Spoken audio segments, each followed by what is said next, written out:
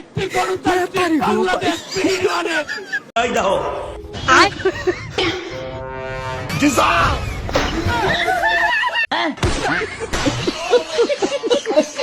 আমাকে যখন cross fire দিতে নিয়ে যাই, গুম করে রাখছে।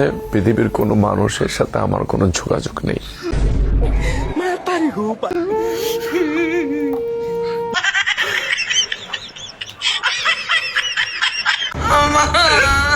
अच्छा है मैं अंधा हूँ। तो चलिए शुरू करते हैं। কখনো প্রপোজ করলে না, একদিন সামনে এসে দাঁড়ালেও না অন্যদের মতো। প্রপোজ করবে কেমনে? যে পাহাড়ে যে ধাক্কা দেছো ওইয়াও তো কিচ্ছু হয় না, পাহাড় দেখে যে ওদিকে ভেঙ্গে চুরিয়ে যায়। তো এর জন্য সে নীরবে নিবৃত্তে রইছে। আরে দেশটা কেমন জানি বিদেশি বিদেশি ভাব, বাংলাদেশের কথা নাই তো। কথা আপনি খারাপ করেন নাই, কারণ সবকিছুই বিদেশি আর মেড ইন ইংল্যান্ড। রাষ্ট্রমন্ত্রী আমেরিকার, স্বরাষ্ট্রমন্ত্রী আছে ভারতের তনে, প্রধানমন্ত্রী আছে লন্ডনের তনে, জি বিরোধী দলের নেতা মাসে পাকিস্তানের। আর আমরা জনগণ যারা আছি তারা ব্রাজিলের, আর্জেন্টিনার। এদেশে মানুষ কই আর।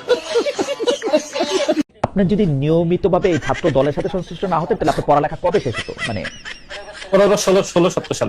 কি কষ্ট? 16 সাল মানে আরো 10 বছর আগে। কারণ নাসির, আপনার পেশা কি? ও বিয়া, আপনি আসলে একটা বালের সাংবাদিক মিয়া। আপনি ওরে জিজ্ঞান পেশা কি? ওর পেশা হচ্ছে দালালি করা। এইভাবে চাটা, এই চাটা ছাড়া ওর আর কি পেশা হইতে পারে এটা আপনি বোঝেন না। এখন হচ্ছে আমি ছাত্র দলের সাধারণ সম্পাদক হিসেবে দায়িত্ব পালন করছি। এর বাইরে হচ্ছে ব্যবসা বাণিজ্যের বিষয়ে ভাবছি। এখনো ব্যবসা করছি না, তবে দায়িত্বের পরে আমি আপনার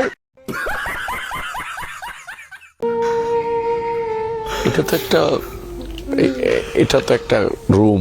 এই রুমের ভিতরে লাইটটা বন্ধ করে দিলে মনে হবে যে পুরোটাই অন্ধকার।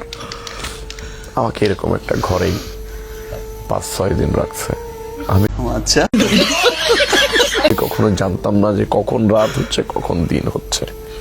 একটা সময় গভীর রাতে নিয়ে ক্রস ফায়ার দিতে নিয়ে গেছে। একটি গণতান্ত্রিক বাংলাদেশ বিনির্মাণের সূচনা শুরু হয়েছে। এখনই দৌড়ের প্র্যাকটিস কর, কারণ কয়দিন পর তো তোদের দৌড়ানি লাগবে। দৌড়িতে দৌড়িতে তোরা কুল পাবি না। কে দৌড়ের উপর রাখার প্রস্তুতি নিচ্ছে নাবিদ, আবার কেউ বলছে না ভাই বিয়ের প্রস্তুতি চলছে মনে হয়। আমার রক্ত, আমাদের রক্ত, আমাদের কণ্ঠের উপর দাঁড়িয়ে তুমি সেই প্রশাসনে বসেছো।